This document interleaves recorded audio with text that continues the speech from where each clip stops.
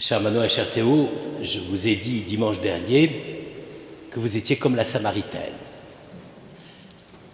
Avec des nuances évidemment, mais quand même, c'est vrai. Vous avez soif de l'eau qui donne la vie. Aujourd'hui, je voudrais vous expliquer que vous êtes comme l'aveugle-né. Et je dirais que c'est presque encore plus facile. Pourquoi? Eh bien parce que on est un peu tous des aveugles de naissance. En effet, vous ne pouvez pas vous souvenir, mais vos parents s'en souviennent très bien. Avant de voir le lien que vous avez eu dès que vous êtes sorti du ventre de votre maman, c'était plutôt le son et c'était plutôt le parfum des personnes, mais ce n'était pas les yeux. Et il faut du temps pour y voir clair. Et évidemment, depuis, vous vous êtes bien rattrapé et vous n'avez pas vos yeux dans votre poche, et c'est très bien comme ça. Donc, aujourd'hui, vous voyez. Mais, il reste quelque chose de cela, car la plupart du temps, on ne voit pas tout ce qu'il faudrait voir, ni tout ce qu'on voudrait voir. C'est pour ça que de temps en temps, vos parents, des fois, vous disent « Non, mais enfin, tu rêves, là, tu n'as rien compris, tu n'as pas vu le problème. » Et les enseignants aussi vous le disent de temps en temps, même si vous êtes très doués tous les deux. Mais, donc, vous voyez, voir, c'est pas si facile que ça. Et il y a toujours dans notre cœur des coins qui sont un peu aveugles.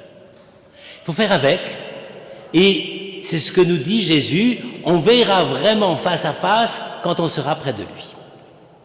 C'est d'ailleurs pour ça, je vous signale, que vous demandez le baptême, c'est pour que dès maintenant vous commenciez à apprendre à voir des choses qu'habituellement on ne voit pas. C'est-à-dire l'amour de Dieu pour vous, la façon dont il vous accompagne, la façon dont il vous fait découvrir son visage, son amour et sa façon de vous guider. Donc voilà, nous sommes un peu tous aveugles de naissance et simplement, il se trouve que là, ce jour-là, Jésus, voyant que cet homme-là, lui, était aveugle depuis plus de 30 ans, parce qu'il a la bonne trentaine, cet homme, en tout cas, il est majeur, il est censé se débrouiller tout seul, même si ça ne doit pas être très facile. Déjà, vous voyez aujourd'hui, quand on est aveugle, à quel point on est gêné quand on doit vivre dans la société, qui pourtant est beaucoup plus attentive qu'avant, heureusement. Mais là, effectivement, Jésus voit cet aveugle de naissance. Et il a comme le coup de cœur.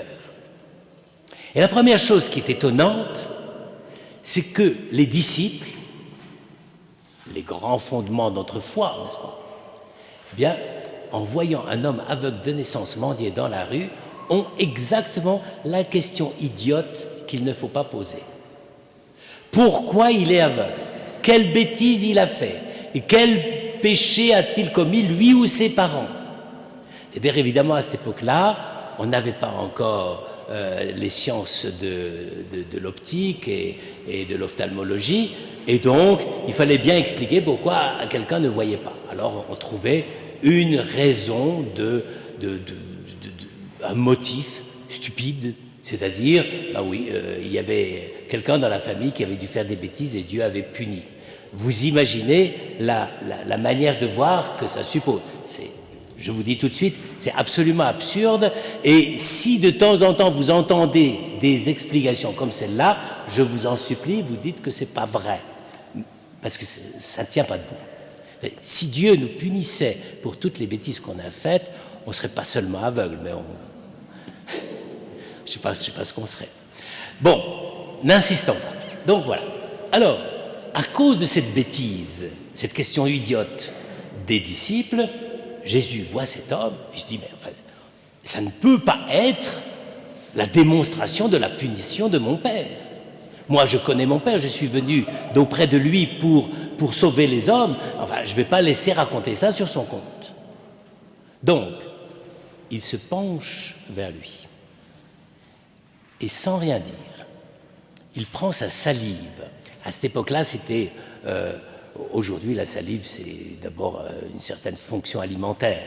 Mais à cette époque-là, la salive, c'est aussi quelque chose qui vient de notre propre être, et avec un peu de boue de la terre, parce qu'il n'y a pas de goudronnage pour les pistes pour les rues et les pistes à l'époque.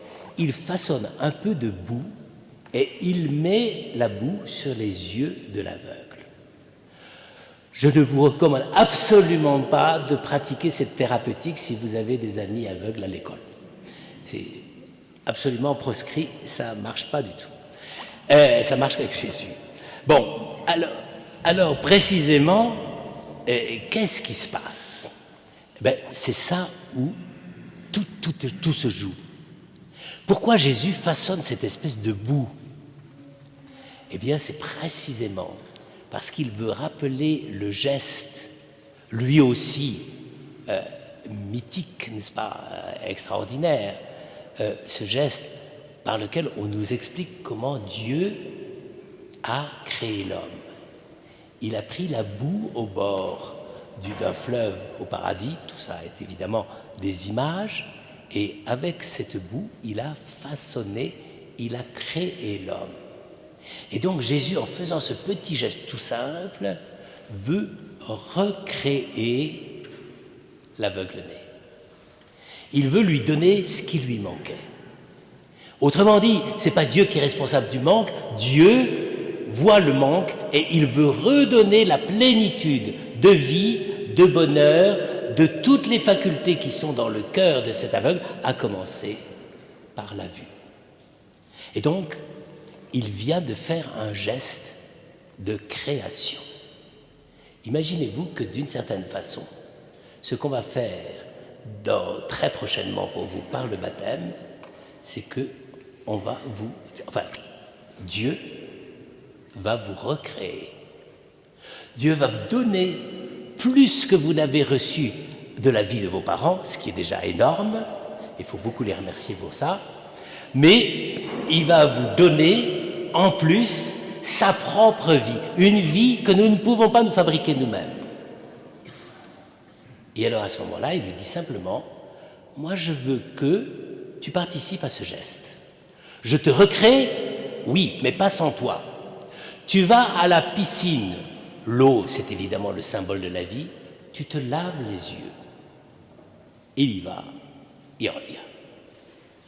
Et donc, si je puis dire, aujourd'hui, c'est comme si toute la prière de la communauté était en train de vous mettre la boue recréatrice de notre amour, de notre prière et de notre communauté sur les yeux pour que vous deveniez véritablement, le jour où vous serez pas plongé entièrement, mais votre être, à travers votre tête, sera investi de l'eau de la piscine qui est recréée, vous soyez recréés. Donc, vous voyez, c'est un récit plein d'images, plein de symboles, mais en même temps, ça dit véritablement une chose extraordinaire. On est là et on prie pour vous et on vous accompagne parce qu'on veut que vous soyez recréés. Alors vous allez me dire, mais si on est recréé, alors ça y est, on devient une sorte de héros, on a plus de puissance que les autres, etc. Vous avez remarqué comment ça se passe dès qu'il revient dans la vie? Tout le monde pose la question, mais c'est bien toi qui étais l'aveugle, etc. Et qu'est-ce qu'il répond? C'est bien moi. Ça paraît tout bête de dire, bah oui, c'est bien moi. Vous m'avez vu avant en train de mendier au bord de la route, mais c'est bien moi. Qu'est-ce que ça veut dire? Ça veut dire, Jésus m'a guéri. Jésus m'a permis de voir. Mais il ne m'a pas fait perdre ma personnalité et mon identité. Quand vous êtes baptisé, quand vous serez baptisé, vous n'êtes pas plus malin que les autres. La vie sera la même. Il faudra toujours aider pour mettre la table et le couvert. Il faudra toujours faire ses devoirs à l'école. Il faudra toujours vivre avec ses copains, ceux qui sont sympas et ceux qui ne sont pas sympas. Mais c'est bien moi. Je n'ai pas changé. Dieu m'a recréé, mais il ne m'a pas fait un autre ou une autre. Et donc, ça veut dire que lorsque Dieu vient vous visiter le jour de votre baptême, il n'a qu'une envie, que vous deveniez plus vous-même que jamais. Il ne veut pas vous transformer, il ne veut pas vous donner un rôle. Être chrétien, c'est pas avoir un rôle, c'est pas jouer la comédie de la piété. Être chrétien, c'est être soi-même tel que Dieu me donne de l'être, avec toutes les possibilités qu'il me donne. Mais c'est bien moi. Or, c'est très intéressant, et je termine par là, c'est vrai que c'est bien vous. Ça n'empêche que personne ne veut le reconnaître. Tout le monde se dit, mais est-ce que c'est vraiment lui? Est-ce que Dieu a fait ça pour lui? Est-ce que Jésus l'a guéri? Est-ce que... Être chrétien, c'est dire, c'est bien moi, mais savoir aussi que ça peut présenter un certain nombre de difficultés ou de problèmes. Nous n'avons pas à renier ce que Dieu a fait pour nous. Quand il nous donne la vie nouvelle par le baptême, c'est pas pour fuir. En fait, ce pauvre aveugle-né, vous imaginez, hein, il entendait déjà les personnes se chamailler, mais maintenant il les voit absolument se liguer tous contre lui. Ça ne veut pas dire nécessairement que c'est très très facile d'être chrétien. C'est pour ça qu'il y faut de la personnalité. La personnalité que vous avez déjà et la personnalité que Dieu vous donne par son amour et par sa présence. Eh bien, vous le voyez, c'est ça, l'histoire de l'aveugle-né. C'est pas de devenir des bénis-oui-oui, même si on reçoit de l'eau sur la tête, c'est de devenir les témoins d'un amour qu'on a déjà reçu comme une base, à travers l'amour des parents, de la famille, de tout ce qu'on a reçu, et de la société. Et petit à petit, c'est Dieu qui dit simplement, moi j'ai un tout petit geste à faire, c'est que tu ailles à la fontaine pour te laver le cœur, et moi, je te donnerai quelque chose de nouveau, une seule chose, moi.